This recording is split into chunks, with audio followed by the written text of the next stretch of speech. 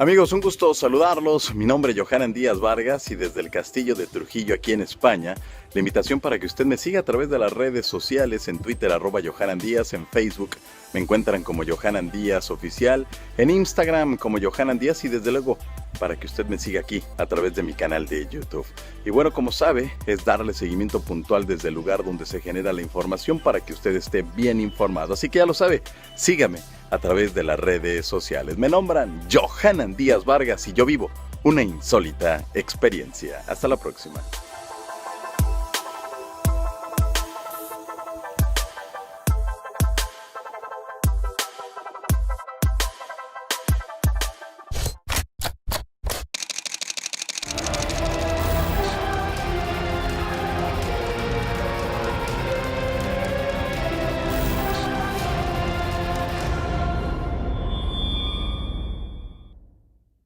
El gusto es mío, Johanan. Es un placer estar contigo en persona después de tantos años de admirarte en la distancia. Así es, pues, don Enrique, de verdad, muchas gracias. Tenemos, don Enrique, que usted fue fundador de la revista Año Cero, ya hace, ¿qué? 28 años de eso. Sí, hace eso. Sí, fundador y creador de la revista, es decir, era un proyecto mío de las muchas ideas que yo desde 15 años antes de eso tenía ideas desde muy al comienzo, año 71, que yo estaba estudiando entonces, ya tuve un proyecto, una revista que se llamaba Acuario, la era de Acuario, esa idea. Cuando yo era muy joven, tenía 20 años, ya tenía ese proyecto. Y hubo muchos proyectos, hubo otros proyectos, pues uno que se llamaba Vórtice, el nombre no era mío, sino del doctor Jiménez del Oso. Yo era asesor con el doctor Jiménez del Oso en su programa de televisión y él me propuso que yo me incorporara en un proyecto de revista como redactor jefe. Luego, finalmente surgió esta revista por azares y yo le propuse al doctor Jiménez del Oso, al que he querido y admirado mucho hasta su fallecimiento, aunque hayamos sido luego competencia, las revistas de ambos, pues incorporarse a un proyecto que yo tenía, él como director, como imagen y yo como director periodista. Y él me dijo, a su vez, que me proponía lo mismo con una revista que luego él sacó y que se llamó Espacio Tiempo. Pero cada uno fueron caminos divergentes. Así es. Sé y me he enterado ahora que he estado acá en España, don Enrique, que usted en algún momento estuvo a cargo de contactos extraterrestres, pero en España. A ver, platiquen. Claro, Eso yo no lo sabía. Vamos a ver, yo siempre me ha unido una relación esencial de alma con México. Yo digo siempre que México es una de mis tres patrias. ¿Por qué? Una, España, porque nací aquí, es decir, circunstancias de la vida. Otra, Egipto, porque yo estoy muy vinculado espiritual e iniciáticamente a Egipto. He viajado allá 33 veces, he sido iniciado en la antigua tradición cósmica de Egipto. Y luego México, porque siempre he sentido un atractivo por México antes que Egipto, y yo he viajado a México varias veces antes que Egipto, una vinculación tremenda, un atractivo tremendo, incluso a través de relaciones familiares. Y bueno, esa es una circunstancia más especial que la de nacer en Madrid, que haber nacido un 16 de septiembre. Es todo un símbolo para mí, así que yo me siento muy satisfecho que el gran día de la nación mexicana, de la independencia mexicana, haya sido el día que me vio nacer a mí también. Así que muy vinculado, y tuve la inmensa suerte, además de que después, Año Cero, tuvo de inmediato una edición mexicana. El primer país, y en el único que se ha mantenido muchos años, era en México. Y yo no podía estar más entusiasmado. Me hablaban de repente, hubo una edición francesa, no me interesaba tanto, aunque el francés es mi segunda lengua, pero me hablaron de una edición norteamericana, de una rusa que nos hicieron finalmente. No, para mí el entusiasmo era México. Entonces, ¿qué ocurre? Que yo me vinculé a México al comienzo de la revista Contactos Extraterrestres. El gran Ariel Rosales, con todo su magnífico equipo, contactaron conmigo, comencé a colaborar, establecimos una gran relación. Gracias a ellos fue invitado junto con Juan García Tienza, Juanjo Benítez y otros de otras partes del mundo a un congreso que hubo en México DF en el año 79 y otro que hubo en Puebla, sitio excepcional donde tuve la oportunidad única de conocer y enraizarme emocionalmente con gente tan extraordinaria como el gran muralista mexicano José Reyes Meza. Don José Reyes Meza, hombre entrañable, inteligente, creativo, casado con la primera jueza que hubo en España.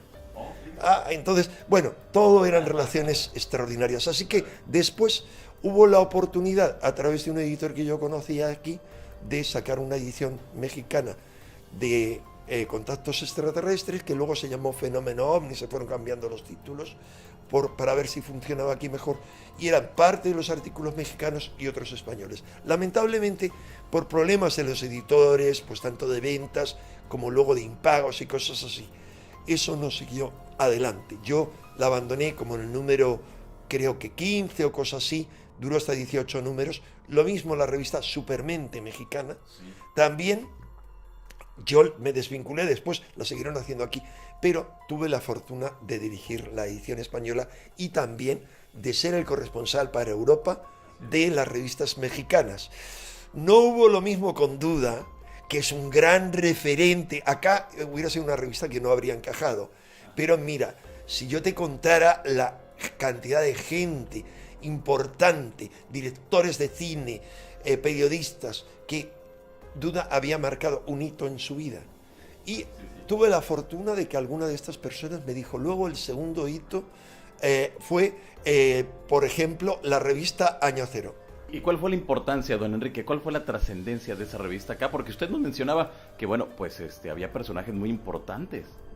Sí, puedo decirte un nombre porque lo declaró públicamente, otros en privado, gente con la que yo me iba encontrando, pero públicamente en Cuarto Milenio, Guillermo del Toro dijo que el primer gran hito en su vida había sido la revista Duda y luego después Cuarto Milenio. Entonces, bueno, para mí que diga eso, Guillermo del Toro, que para mí es lo más grande que hay, o sea, es grande como creativo, como cineasta y como persona, es una persona extraordinaria. Bueno, me hubiera gustado estar vinculado a Duda como ahora a Cuarto Milenio. Así es. ¿Qué tanta repercusión tenía en esos momentos la casuística OVNI que llegaba de México? Porque hasta donde tengo entendido, en esos momentos era una revista que tenía mucha penetración en el mercado hispano. Bueno, la edición española de Año Cero no tenía tanta... Ojo, si lo comparamos con cómo están las ventas ahora, después de la crisis de Internet, te digo que sí la tenía. Pero tampoco, entonces se vendían muchas revistas en España, no había ninguna especializada en estos temas. Hubo Mundo Desconocido, pero ya había desaparecido en ese entonces. Entonces no era tanta había buena difusión. Pero interesaban mucho los casos mexicanos, pero interesaban al ámbito ufológico, que era amplio. En los años 70 había mucha gente que nos fascinaba el tema de los ovnis. Yo empecé a crear el primer grupo, éramos 3, digamos, ufológico en el año 67. Te cuento así un resumen de la historia de la ufología española. En el año 68 nos fusionamos con UGIEC, el Grupo Universitario para la Investigación de Enigmas Científicos, y con otro que era Merlaich. Ese grupo universitario, el presidente era alguien que luego se volvió escéptico, pero no radical, David Gustavo López, estudiante de ingeniería, y Merlaich, o Merlich, que es más luz en alemán, la frase de Goethe, era, digamos, el alma, aunque era un montón de gente, era Félix Ares.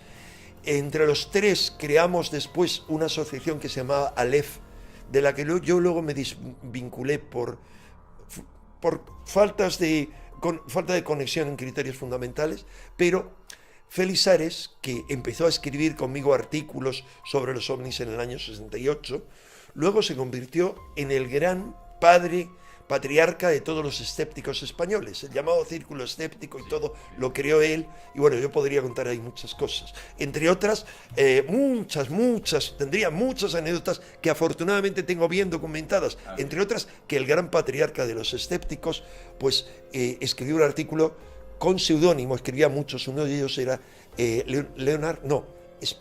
no recuerdo el apellido, F. Springfield. Él era Félix Ares de Blas, y luego Flexar de B, varios seudónimos. Uno sobre que Jesús era un extraterrestre.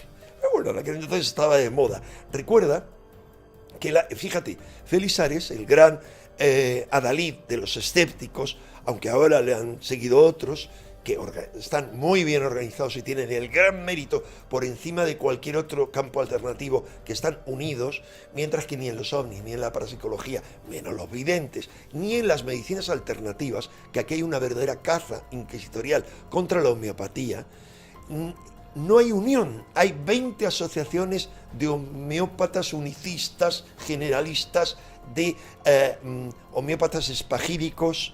No hay unión. Y ellos sí. Entonces, Félix Ares, aparte de anécdotas que podría contar, pero me las guardo, con respecto a cuál fue su primera idea de crear otra asociación, digamos, opuesta a lo que manteníamos en esto, pero él, bueno, era tremendo, con muchísimas cosas. Ahora, pero tenemos entonces que es grupos de investigación que surgieron, como usted bien lo menciona, a finales de los 60, sí. Pero ¿había un vínculo directo con México? No, no el vínculo inicial era con Argentina. Yo, muy jovencito, en el año 68 establecí vínculos con Argentina, muchos. Con México, no, con México solo por un lado de contactismo colateral, no con México. Con México luego tuvo lugar después.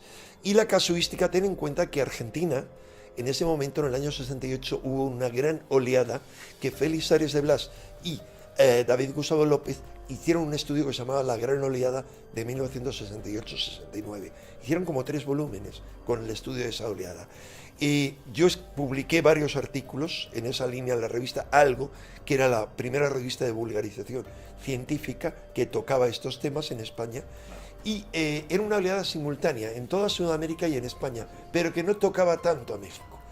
En México fue después, en los años 70, pero gracias a la iniciativa de contactos extraterrestres se movía información muy importante. Y sí, se seguía con interés, pero con un interés siempre relativo. Es decir, porque aquí había mucha casuística en los años 70, a partir de 76, 75, 76, 77, yo me encontré con casos extraordinarios. 2 casos que yo investigué, múltiples, en esa época, me convencieron. Algo ante lo que yo me mantenía expectante, no podía ser, de que los ovnis, algunos ovnis, eran producto de una tecnología extraterrestre, sin dudas que nos superaba mucho con creces. ¿Por qué? Porque me encontré con casos múltiples, como uno del año 76, septiembre del 76, que era la continuación del gran caso del ovni de Teherán, del que había pilas de informes de la CIA. Yo estudié muy a fondo todo lo que ocurrió ese día. Y después de que en Teherán un ovni paralizara todos los mandos de un caza, dirigido por alguien que luego fue general y declaró en Estados Unidos, después de eso, ese ovni, la nave nodriza y el ovni que salió de ella, o algo similar, que iba cambiando de forma, se vio sobre todo en el norte de África. Yo investigué ese caso muy a fondo. Se vio en todo el norte de África, en Marruecos. Fui consiguiendo testigos, tanto marroquíes como unos pilotos españoles que iban por tierra y lo vieron. Luego se vio al norte de Canarias, en las Islas Salvaje. Entrevisté al piloto de un barco pesquero español. Todo esto eran entrevistas que yo hacía para el programa Jiménez del Oso. Yo me permitía, en tiempo, digamos, de permisos sin sueldo que yo me tomaba en mi trabajo, que era el ámbito de la publicidad y el marketing, aún siendo muy joven. No, en aquel entonces, sí, fue después, años 70, yo trabajaba en ese ámbito y esto era el hobby. Entonces, pude entrevistar a mucha gente y pude entrevistar a infinidad de testigos que lo vieron sobre el Golfo de Cádiz, sobre Andalucía, sobre Extremadura, y que vieron en síntesis. Y algo así como, no quiero equivocarme, pero en ese caso mínimo 12 pilotos o 15, no recuerdo, desde varias compañías aéreas de varios países. Pude o entrevistarme o tener información por escrito de todos los pilotos. Y no hay duda de que vieron aviones que venían de Madrid y también gente que estaba en el aeropuerto de San Pablo, en Sevilla, veían como algo que primero pensaban que era un avión y luego era un puro enorme, que visto por el comandante y el copiloto de un avión, el más cercano, decían que era algo tan enorme, ese puro oscuro, entre oscuro y luminoso, del que salían pequeños objetos que primero pensaban que eran ventanillas, me decían que el tamaño era casi 2/3 de la carlinga del avión, de la cabina. O sea, era tremendo de la ventanilla. No sabían cuál era el tamaño ni la distancia, pero de noche es imposible. Pero entrando y saliendo los objetos. Esos objetos no solo persiguieron a coches en Extremadura, sino que además aterrizaron en un momento en un campo de fútbol, hicieron como un juego ante los testigos, que los testigos calificaron que era como un teatro. Era un teatro y entonces era como un juego del mírame y no me toques. Don Enrique, ¿ya cuánto tiempo lleva dentro de la investigación y difusión? Pues desde que era un niño, bueno, no la investigación. Digamos, hay que ver a partir de cuando uno se interesa. Yo cuando era un niño, cuando tenía 12 años, pues de alguna manera Iker Jiménez y Javier Sierra, que son las dos grandes personalidades por antonomasia en este momento en España, Benítez también, pero Benítez se interesó más joven, pero Benítez ahora no es tan conocido como Iker, no solo Premio Planeta, sino programa de televisión hiper conocido, o como, perdón, me refería a Javier Sierra, Iker con su programa de televisión tremendo. Ellos se interesaron a los 11 años, yo a los 12. Allá por el año 63. Y luego en el año 68, después de hacer fanzines y cuestiones así, 68 empecé a escribir, a divulgar en la revista Algo, que era una revista que su subdirector fue el que luego creó Karma 7, la primera revista de estos temas en España. Y simultáneamente en radio empecé con entrevistas, luego rápidamente año 70, entrevistas en televisión. O sea, desde entonces ando conectado a esto. Así es. Muy bien, ahora, ¿qué tanto se ha avanzado, qué tanto se ha retrocedido en la investigación y difusión desde los años 70 hasta la fecha, don Enrique? Pues yo creo que se ha retrocedido mucho, tanto no solamente en el tema OVNI, yo me he ligado a todos los temas, a mí me interesan todos los temas, la parapsicología, pero también las antiguas tradiciones, la sabiduría ancestral, tanto la mexicana, es decir, maya, que es de la que más sabemos, azteca, olmeca, como la egipcia, o la taoísta. Yo no he sido iniciado en tradiciones mesoamericanas, pero sí en la tradición egipcia y en la tradición taoísta. Me interesa por esos temas, luego, a nivel un poco más amplio y vasto, ocultismo, todo tipo de enigmas, los aspectos conspiraciones, la historia ignorada. ¿Y qué ocurre? Eso que como conjunto luego empezó a darse a luz en las revistas como Más Allá, como Año Cero y Otro Largo, etcétera. Primero, se ha ampliado el panorama. No se hablaba de conspiraciones, no se hablaba de historia ignorada poco. Yo empecé una serie en la revista Algo en el año 69 que se llamaba La Historia Ignorada. La continué en el año 72, en la revista Karma 7 como Mundos Perdidos. Pero no interesaba tanto ese tema. ¿Qué ha ocurrido? Que por un lado, la investigación ufológica ha decaído brutalmente, la parapsicológica también. Yo creo que esto ha ocurrido a nivel internacional en muchos países, quizá no tanto en Estados Unidos, aunque en parte sí, pero al mismo tiempo eso ha sido sustituido por grandes medios de difusión. Es decir, solamente entre Más Allá y Año Cero, a partir del año 1991, o 90, que fue cuando se creó Año Cero, en España, entre las dos revistas, se llegaron a vender 300.000 ejemplares. Pero a su vez, lo más importante es el paso a América. Año Cero tuvo la inmensa suerte de pasar a México. En México llegamos en su momento a vender más o lo mismo que en España, y tuvimos la suerte de distribuir en toda América, mientras que en España era Más Allá la revista líder en ventas. Año Cero afortunadamente lo era en toda Iberoamérica, y para mí era más importante, porque yo me siento más iberoamericano que puramente español. Yo soy de lo grande, igual nunca diría, si fuera de Extremadura, de Cataluña, yo soy ante todo eso. No, hispano. Y para mí esa fue siempre la gran unión con la ufología hispana, es decir, y con las revistas hispanas.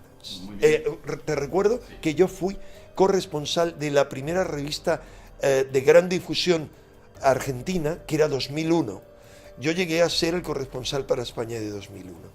En el año, hablo del año 69-70. Sí, 69, sí. Pues ya son en revistas clásicas para Iberoamérica, pero también hay esta parte. Usted que vivió estos años dorados de las revistas que nos menciona que tenían un tiraje de 300,000 ejemplares que se vendían. Estamos en el ya prácticamente 2018. Hay un reto tremendo, que es la era... Ha caído en picado. Sí, pero es un reto tremendo por las redes sociales. Claro, por las redes sociales, por la crisis económica, por la crisis del papel, que ha sido sustituido por todo lo digital. Esto forma parte de la evolución, es como todo.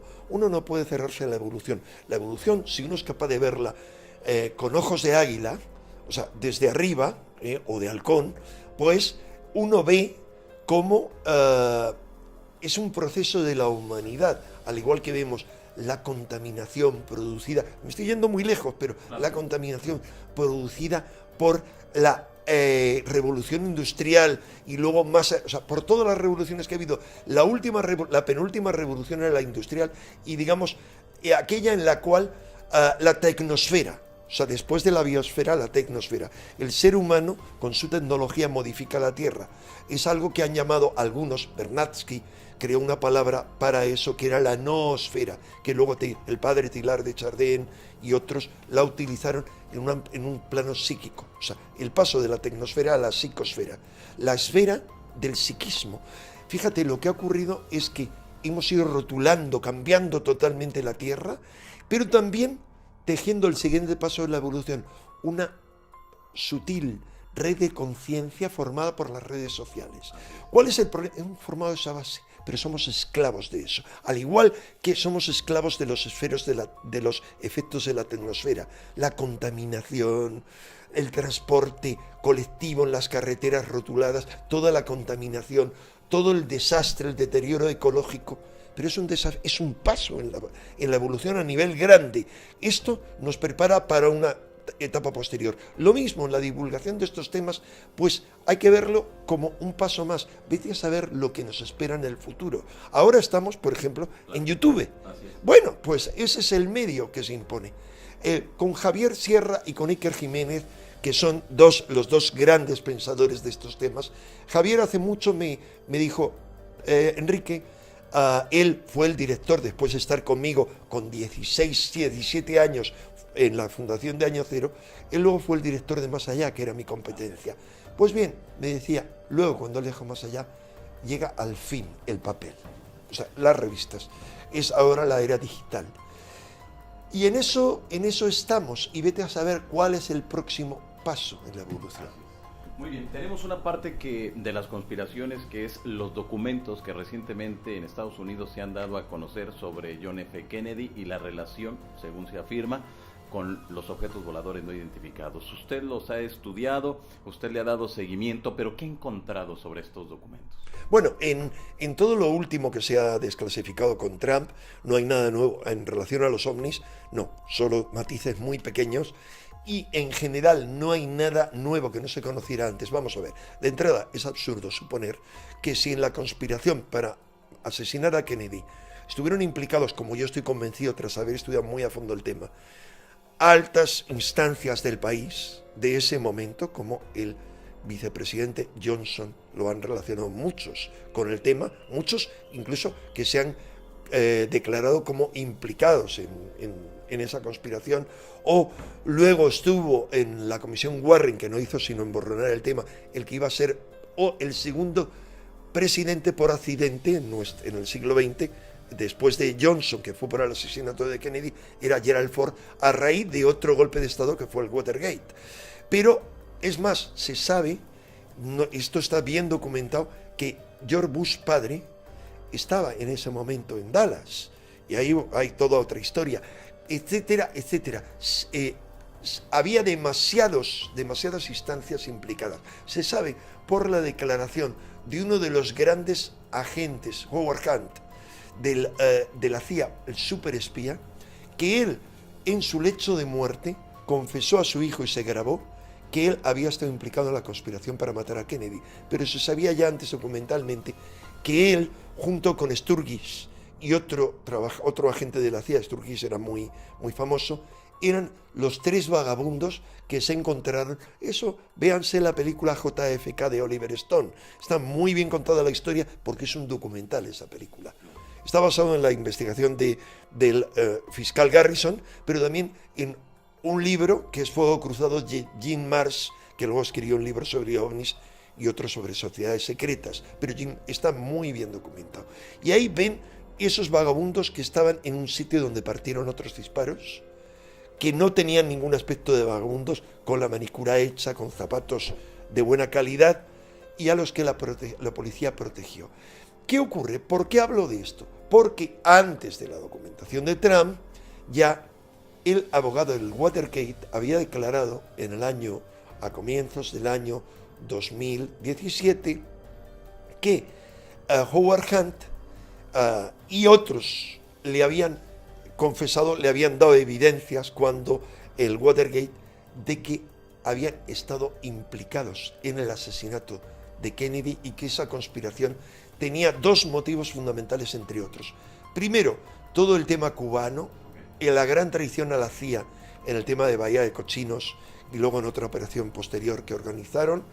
Y segundo, porque había querido compartir la información más confidencial sobre ovnis que tenía Estados Unidos con el presidente, el premier ruso, Nikita Khrushchev. Esto está documentado. Hay un documento, al menos, hay 2, pero hay uno indudable, que como 12 días, 15 días antes de su asesinato, da una orden ejecutiva, como presidente Kennedy, para que se comparta 2 órdenes. Una, para que se comparta toda la información sobre el espacio y toda la información sobre ovnis. ¿Por qué? Porque como él quería hacer una carrera hacia el espacio conjunta con Khrushchev, sustituir la carrera del espacio por la carrera nuclear, entonces era indispensable que tuvieran toda la información. ¿Por qué?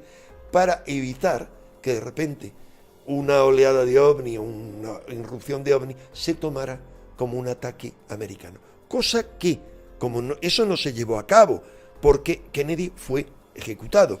En el año 83 estuvo a punto de ocurrir en 2 ocasiones, sobre todo una en la que un héroe de la Unión Soviética, que fue castigado a raíz de eso, tomó la decisión, cuando hubo una posible alerta de misiles, de no disparar los misiles nucleares rusos. Salvó al mundo este individuo, porque eran ovnis, no eran misiles ni eran aviones americanos.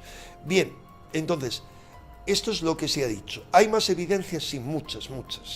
Una, de que un agente de Hollywood, también muy reciente, aseguró, y esto lo aseguró muy reciente, la desclasificación del documento oficial en el cual se le hace un seguimiento, se le graban conversaciones y este agente comercial, este agente representante de artistas, le dice que Marilyn Monroe le ha dicho que el presidente, que era amante suyo, al igual que el ministro de Justicia, su hermano, que tenía información muy importante, o sea, que cambiaría la opinión del mundo relacionado con cosas del espacio. Bueno, cuando uno examina el documento, uno comprende que no podía tener que ver con la carrera espacial, porque nada iba a cambiar la imagen del mundo, que tenía que ver con los ovnis. Hay otro montón de evidencias, como otras colaterales, como la muerte misteriosa de Dorothy Killigan, que era otra periodista inglesa que había tenido mucho que ver con los ovnis estrellados.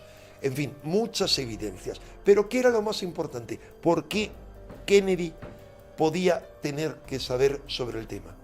Primero, como presidente tendría que saber, pero 2, tuvo 2 fuentes de información privilegiadas. Una, él, digamos de alguna manera, su tutor en los estudios postdoctorales que había hecho en Harvard, que era el doctor Donald Menzel. Para los históricos del tema ovni, quienes estudiaban ese tema hace años, saben que Donald Menzel fue el primer gran escéptico, el que dijo que los ovnis eran fenómenos naturales. Pero luego se le ha presentado como un miembro del comité Majestic 12. ¿Por qué hablo de Majestic 12? Se ha desprestigiado la existencia de ese comité que controlaría el tema de los ovnis capturados, diciendo que los documentos son falsos. Pero al menos hay 2 documentos oficiales contrastados que hablan sin duda de este comité. Uno lo llama MJ12. No hay duda de que existió ese comité. Que se dedicara a eso o no, es todavía cuestionable. Pero esta es una información, y la otra información mucho más importante era al que se llamó Majestic 2, el que fue primer ministro de defensa o secretario de defensa americano, James Forrestal.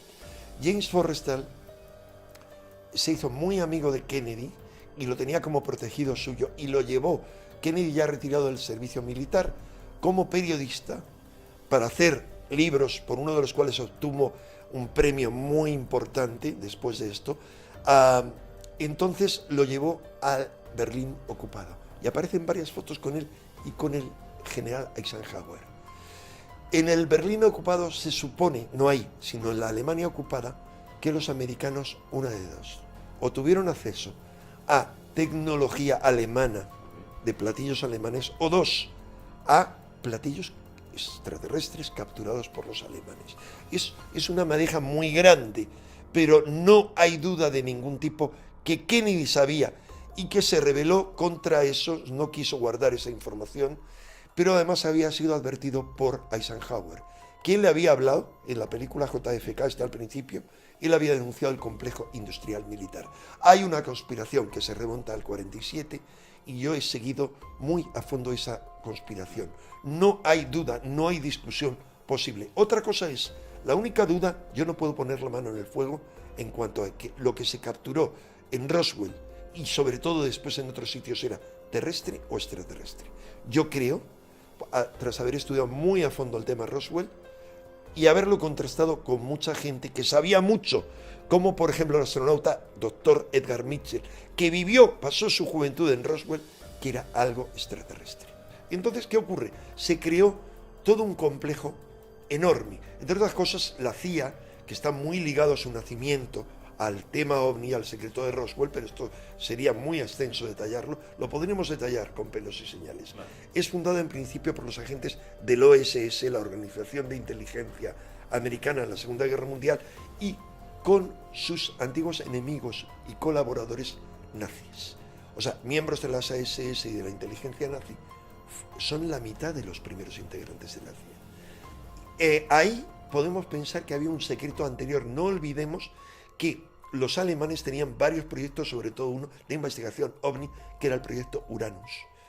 Y los americanos también andaban con eso. Es decir, había, fuera cual fuera el secreto OVNI, y para mí había en principio un secreto de origen extraterrestre, y muy probablemente capturada cuanto menos una nave antes de la de Roswell, cuanto menos una, porque hay un documento que se refiere a ello, fuera una capturada en un incidente que hubo anterior en el año 42, hay un libro incluso al respecto, u otro en el año 41, en el año 42, la invasión de Los Ángeles nocturna, ahí se habló de que se derribó algo.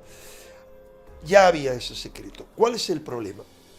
Que el complejo industrial militar es mucho más amplio, tiene colaboración en muchos extractos, y lo que se interesa es porque el mundo no cambie, siga tal cual para poderlo seguir controlando. Eso está participado por élites inglesas y de otros países, británicas y de otros países. Y el mundo no interesa que cambie, no interesa que cambie el paradigma, que pensemos que estamos siendo visitados por extraterrestres, por decenas de razones. La más importante es, ¿qué valor tiene la inmensa inversión armamentística si los radares, como lo están siendo, son burlados por los ovnis? Si las bases militares son frecuentadas desde su comienzo y hay cientos de casos bien documentados por ovnis. Los ovnis, como está bien documentado, son capaces de activar y desactivar las armas nucleares. No vale para nada. Imagínate, Johanan, no es solo eso, hay muchas otras circunstancias. ¿Qué ocurriría con nuestros esquemas religiosos, con nuestros esquemas psicológicos, con el poder? Si hay élites jugando por un poder mundial, élites que tienen diferentes criterios, pero están jugando para conseguir con diferentes criterios un nuevo orden mundial, ¿qué ocurriría? Otra cosa es ya la especulación si ese nuevo orden mundial es totalmente ajeno al tema extraterrestre. Eso sería meternos en otra onda, pero además en todo eso, la recuperación de la tecnología extraterrestre y la utilización de esa tecnología a través de retroingeniería, yo estoy plenamente convencido de que ha conseguido crear toda una serie de tecnología que se nos escapa. Vamos a ver, sea por algo extraterrestre, como yo estoy convencido, origen extraterrestre, o sea porque hubo una tecnología anterior, ya al menos en la Alemania nazi anterior, de dominio de la antigravedad. Es decir, a través del dominio del magnetismo y de la antigravedad se ha creado tecnología. ¿Cómo eso se ha podido mantener en secreto? Bueno, porque habríamos arruinado toda la tecnología, todo el petróleo. No olvides que petroleros eran los que regían Estados Unidos, que petroleros fueron los implicados, parte de los implicados en la conspiración contra JFK, que petroleros estaban desde el principio a la CIA, estaba introducida en el petróleo americano a través de la compañía Arbusto, dirigida por George Bush padre, cuando él no figuraba como agente de la CIA, que petrolero era el hombre al que yo llamo el hombre de Roswell, Robert Anderson, que era el propietario de la mayor parte de todo el territorio de Nuevo México, el que le vendió las instalaciones a la base de Roswell, a la instalación de White Sands, a Alamogordo, donde se lanzó la primera bomba atómica, y que él controlaba, eran empleados suyos, la mayoría de los que tenían, digamos, tabernitas, restaurantes, distribuidos por todo el desierto, de tal forma que él controlaba la información que circulaba. Este hombre luego se convirtió en poderosísimo, fue miembro de alto nivel de Bilderberg, del CFR, Consejo de Relaciones Internacionales, del Brookings Institute y sobre todo miembro de Kissinger Associates, de la gran empresa de Kissinger a la que pertenecen muchos de la superélite americana y británica. ¿Qué ocurre? Este hombre que luego fue el propietario, no lo olvidemos, de HAARP, esas instalaciones relacionadas con el control, o la investigación y el control del clima en Alaska, que luego murió, piezas como él a estudiar a fondo su historia y la de otros militares, como el almirante Inman, u otros varios, hablo de gente reciente. Solo estudiando muy a fondo ese tema uno puede tener una cercanía de cómo era la conspiración. La conspiración para Kennedy era por muchos motivos. Eran por todo el cambio del sistema impositivo que iba a hacer para el petróleo y que retiró Johnson y que iba no a arruinar, a reducir los ingresos de los petroleros, las grandes compañías, a la cuarta parte. Era un tema también legal, había destituido al director de la CIA, Allen Dulles, que era uno de las cabezas del gobierno secreto, iba a destituir porque le llevaba la edad de jubilación al director de la CIA, famoso y que continuó hasta su muerte gracias a Johnson. O sea, te parecen pocos motivos, pero el tema OVNI era uno más y muy importante. No el principal, desde luego. Yo no lo tengo claro, no puedo estar ahí, pero no, había motivos más obvios. Pero vamos a ver, porque el tema OVNI es un tema que gracias a que el llamado, antes dije Majestic 2, Forrestal no, Majestic 2, Majestic 1 era el primer director de la CIA y luego ufólogo, implicado en la primera gran organización ufológica, vicepresidente del NICAP, la organización creada por Donald Keyhoe. En teoría, para revelar la verdad sobre los ovnis, este era el vicealmirante Ilencoeter. Fue el director de la CIA.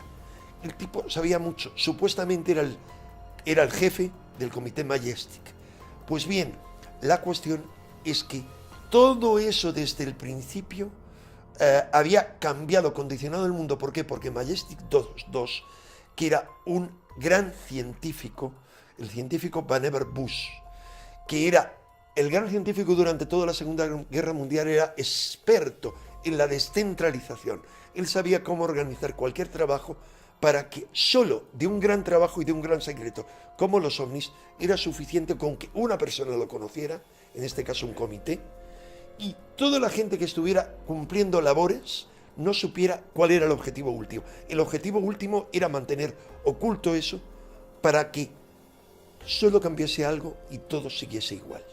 Don Enrique, otro de los temas muy importante y que en los últimos días se ha puesto de moda a través de las redes sociales es el caso Humo, y que sé que usted sabe mucho de ese caso, pero realmente mucho se dice que se trató de un estudio sociológico, muchos otros aseguran que se trató de algunos gobiernos que estuvieron involucrados y viendo de qué manera estaban reaccionando la sociedad, pero ¿a qué conclusión quizá haya llegado usted?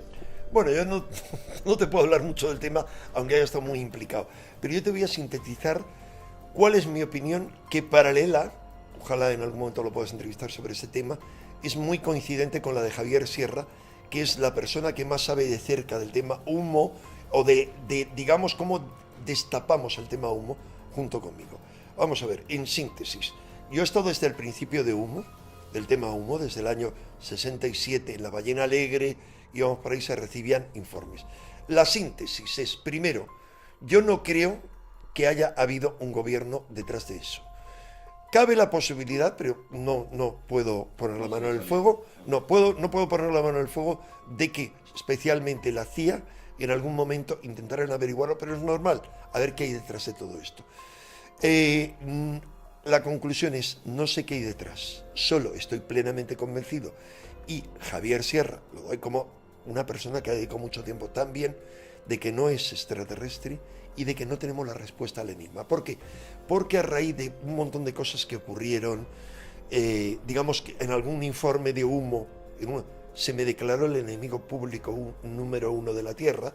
Sí, en una reunión que tuve con los que recibían los informes, que yo les conocía, y les dije, vamos a ver, ¿os parece serio pensar que primero, cuando llegué al sitio, que ellos me decían un sitio donde había habido una reunión de Humo, dije, saludo a los amigos de Humo, que me imagino que me estarán viendo en su planeta, y en esta transmisión para todo el planeta, me imaginaba que tenían allí las cámaras. En fin, yo no podía ser más sarcástico, porque había seguido el tema muy a fondo, porque Fernando Sesma, que era el gran contactado, ya me dijo en su momento, Humo, no creo nada en ello, yo creo que es un invento de José Luis, que era una persona, no voy a decir nombre y apellidos, que luego, finalmente, tras todo lo que ocurrió, él declaró que lo había inventado. Pero bueno, y que era una pieza clave en todo eso. La cuestión es que a raíz de aquello, o sea, faltaba por decir que yo era el que controlaba el tráfico de drogas en España, que yo controlaba las sectas, que yo controlaba no sé qué, que yo controlaba no sé cuántos, y les dije,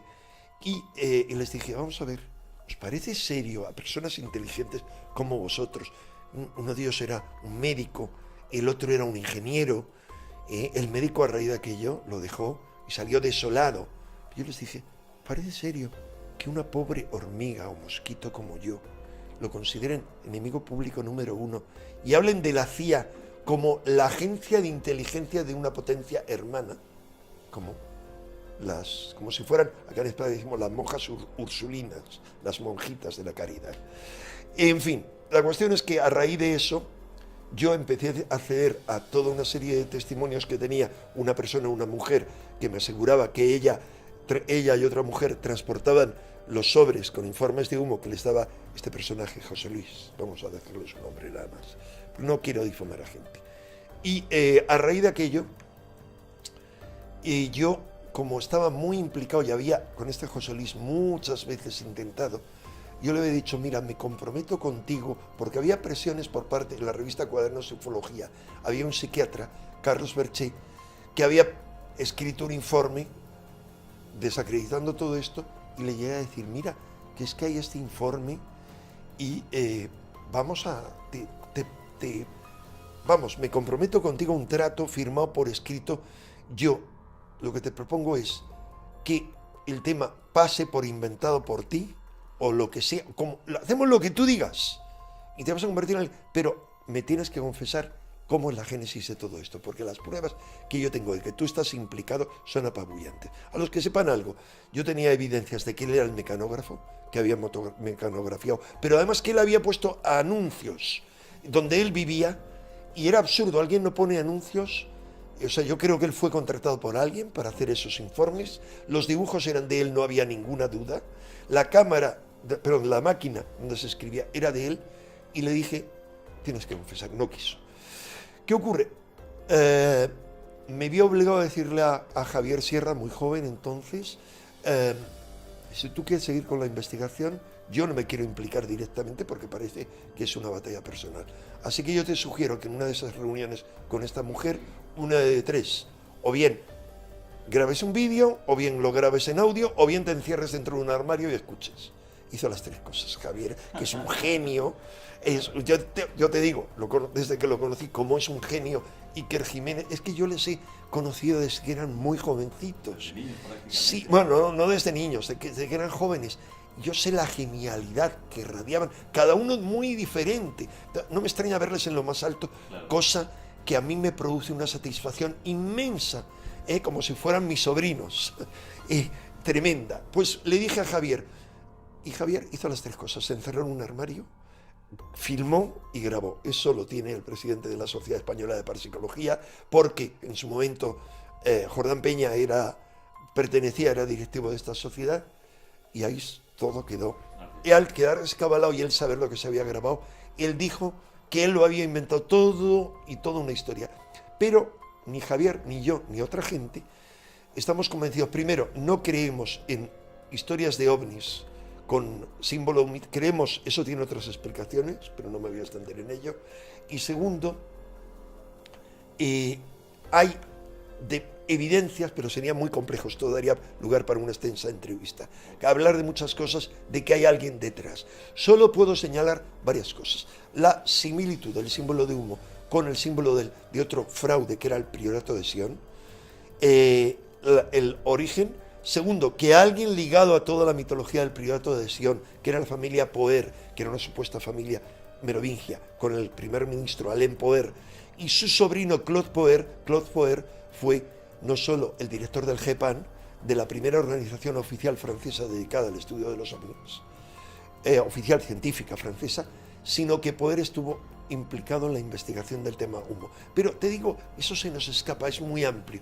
Yo creo que como el Priorato de Sion, que es un tema que yo he estudiado muy a fondo, he sido el único investigador, el único español, que conoció personalmente al supuesto gran maestre del Priorato de Sion, en el que se ha basado toda la mitología del Código da Vinci. Pues bien, yo lo conocí en Barcelona a través de un gran amigo mío, sanador, pero antes industrial, agente de inteligencia británica, que me ha contactado con la gente más increíble, que era Colin Bloy. Pues él, a través de intermedios, me consiguió una cita en Barcelona. Yo lo conocí. Yo tengo razones de peso, daría para una entrevista, de que ha habido, o sea, no es un invento de un tarado, como se ha tratado de atribuir el Priorato de Sion, se lo inventó este tipo, ya. ¿Y por qué su hijo no le ha sacado beneficio, luego rédito, como una organización iniciática con la publicidad del Código da Vinci? Claro. Habría pagado muchísima gente por ser miembro. Con el tema humo ocurre algo análogo. Hay algo detrás. Yo no sé qué es lo que pretendían con ello. No, puedo mostrar mi ignorancia, pero creo que es un experimento más de ingeniería social. La ingeniería social, el control del mundo, el control de las mentalidades, permite juegos como este. Se hacen muchos juegos y hay algunos que valen y otros que no valen, porque se ve que pueden manipular a la gente a través de ellos o no. Al igual que se ponen en marcha a muchos agentes zombie. Los agentes zombies se les entrena, se les lleva de un lado para otro. Te pongo dos ejemplos de agentes zombie, de los muchos que han influido poderosamente en la historia contemporánea. Lee Harvey Oswald era un agente doble, múltiple, al que se le movía de un lado para otro, y el otro era Alias K, el que atentó contra el Papa. Nunca se sabe quién hay detrás de ellos, y son personajes zombies, hipnoprogramados, locos aparentes. Como ellos hay muchos, pero solo se les utiliza en momentos concretos. Okay. Y bueno, pues algún mensaje para los mexicanos. Pues para los mexicanos, que tomen conciencia de su grandeza como nación. Mira, ¿dónde está el secreto en el mapa? El secreto está en la X. Mesoamérica, que es la X de América, es la unión de las dos grandes Américas, del norte y del sur. Es muy grande, es clave para el futuro. México tiene una gran labor por delante, tiene toda una mitología antigua y moderna también. El mito de Regina, que es un mito, pero los mitos son potentes, y otros como ese son muy importantes para México, para la juventud mexicana, que es a quienes yo me dirijo. Es pegar un cambio brutal, una revolución que empieza por la revolución interior, para deshacerse de todo ese lastre que tienen, como lo tenemos otros países, toda esa oscuridad a todos los niveles que hay, porque México tiene una gran misión que cumplir. O sea, el cambio, digamos, del punto energético del planeta ha ido cambiando. Y como dice la mitología de Regina, pero otras también, está en los Andes, pero está también en Mesoamérica, en la unión entre los dos continentes. Así que yo lo único que les invito a los jóvenes mexicanos es a que despierten. No se olviden que la batalla real no está fuera, es una batalla dentro de nosotros, una batalla entre el sueño y el despertar, entre la evolución y la involución, entre la luz y la oscuridad. Iluminándose uno por dentro, y en México tienen más capacidad para iluminarse que en otros sitios, por toda esa energía ancestral, es como vamos a iluminar el mundo y a deshacer todas las tinieblas que tiñen la política y la vida mexicana.